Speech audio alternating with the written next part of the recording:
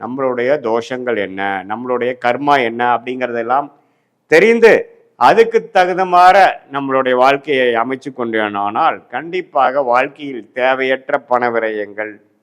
தேவையற்ற சமய விரயங்கள் எல்லாம் தவிர்த்து வாழ்க்கையில் எளிதில் நம்மளால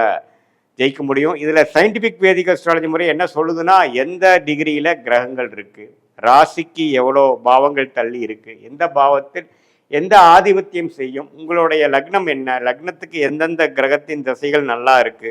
எந்த தசை போய்கொண்டிருக்கிறது, அந்த தசநாதன் இப்பொழுது கோச்சாரத்தில் டிரான்சிட் அஸ்ட்ராலஜியில் எப்படி இருக்குங்கிறதெல்லாம் சேர்த்து வைத்து நம்ம பார்க்கும் பொழுது அடுத்த வரக்கூடிய